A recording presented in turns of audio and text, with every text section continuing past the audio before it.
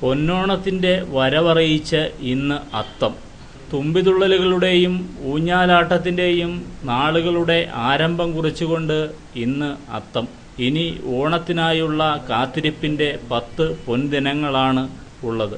കാലം മാറിയെങ്കിലും ആഘോഷരീതികൾ മാറിയെങ്കിലും പഴയ വിശ്വാസങ്ങളും അവയെ ചന്ദനം ചാർത്തി മലയാളത്തിൻ്റെ മണ്ണ് വീണ്ടും മഹാബലി തിരുമനസിനെ വരവേൽക്കുവാൻ ഉള്ള ഒരുക്കങ്ങൾ തുടങ്ങിക്കഴിഞ്ഞു. ഓണക്കാലത്ത് മാത്രം തൊടിയിലും മുറ്റത്തും കാണപ്പെടുന്ന തുമ്പയും തെച്ചിയുമെല്ലാം മലയാളികൾക്ക് ഇന്നും നല്ല ദിനങ്ങളുടെ ഓർമ്മപ്പെടുത്തലുകളാണ്. പൂക്കുടകളുമായി തൊടിയിലും പറമ്പിലും കറങ്ങി നടന്ന കുട്ടികളെ ഇപ്പോൾ ഗ്രാമങ്ങളിൽ പോലും കാണാൻ കിട്ടാതായിട്ടുണ്ട്.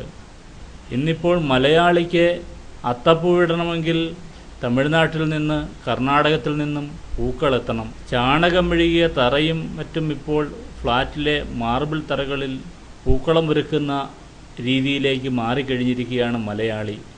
ഓണാഘോഷങ്ങൾ എത്തിത്തുടങ്ങിയതോടെ പൂക്കളുടെ വിലയിലും വൻ കുതിച്ചുചാട്ടമാണ് ഉണ്ടായിരിക്കുന്നത്. എങ്കിലും മലയാളിയുടെ സ്വകാര്യ അഹങ്കാരമായ ഓണാഘോഷങ്ങൾക്ക് നിറം കെടുത്തുവാൻ അത്തപ്പൂക്കളമൊന്നും ഒഴിവാക്കാനുള്ള ശ്രമമൊന്നും മലയാളികൾ നടത്താറില്ല. തമിഴ്നാട്ടിൽ നിന്നും കർണാടകത്തിൽ നിന്നും എത്തുന്ന പൂക്കൾക്ക് എന്തുമാത്രം വിലയേറിയാലും തന്നെ അത്തപ്പൂക്കളങ്ങൾ സൃഷ്ടിക്കുവാൻ മലയാളി 2 കൈ നീട്ടി ഇവയെ സ്വീകരിക്കും.